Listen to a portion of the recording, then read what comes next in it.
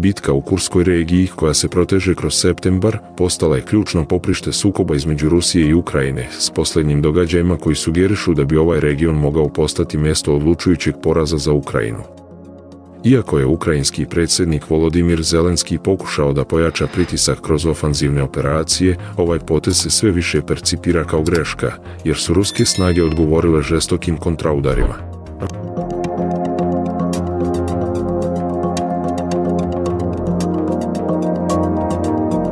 Rusija je, suočena s ukrajinskom ofanzivom, pregrupisala svoje trupe i pokrenula niz uspešnih kontranapada. Koristeći napredne mehanizovane napade, artiljerijske i vazdušne snage, ruske trupe su uspešno zadržale svoje pozicije i preuzele inicijativu na terenu. Iako su ukrajinske snage postigle skromne prodore, ruska vojska trenutno dominira u regionu i koristi svoju superiornost u tehnici i ljudstvu. Logistički problemi Ukrajinaca dodatno pogoršavaju situaciju, a vojni analitičari upozoravaju da bi ukrajinska ofanziva mogla biti potisnuta u potpunosti.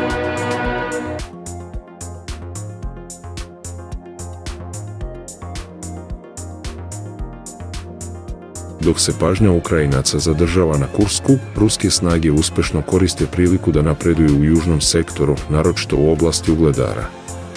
Ruska taktika polaganog, ali konstantnog napredovanja oko ovog strateški važnog grada stvara dodatni pritisak na ukrajinske odbrambene linije. Ako Rusi uspiju da ga okruže, to bi mogao biti ozbiljan udarac za ukrajinsku odbranu na južnom frontu. Ovaj napredak, uz minimalne ruske gubitke, ukazuje na novu fazu sukoba u kojoj ruske snage stiču inicijativu i prete da preseku ukrajinsku odbranu.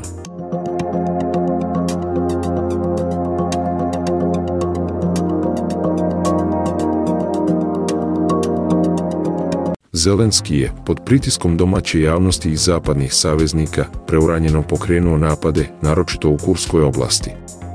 Sada se mnogi analitičari slažu da su ukrajinski resursi uveliko iscrpljeni, dok ruski odgovori postaju sve snažniji.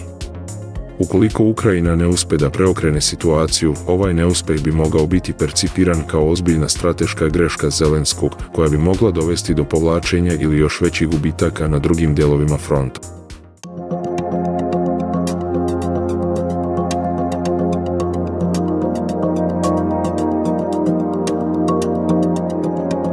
Ruski uspesi u Kurskoj regiji i eventualno okruživanje Ugledara ozbiljno bi ugrozili ukrajinsku strategiju i morali bi rezultirati povlačenjem trupa ili njihovim uništenjem.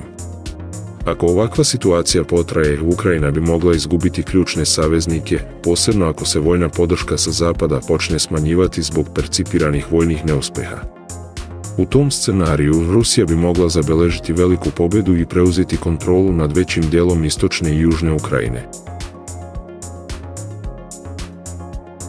Sumirano, trenutna situacija ukazuje na to da Rusija preuzima kontrolu u Kurskoj regiji i postepeno stiče prednost na južnom frontu, što bi moglo rezultirati velikim porazom Ukrajine i promjenom toka rata.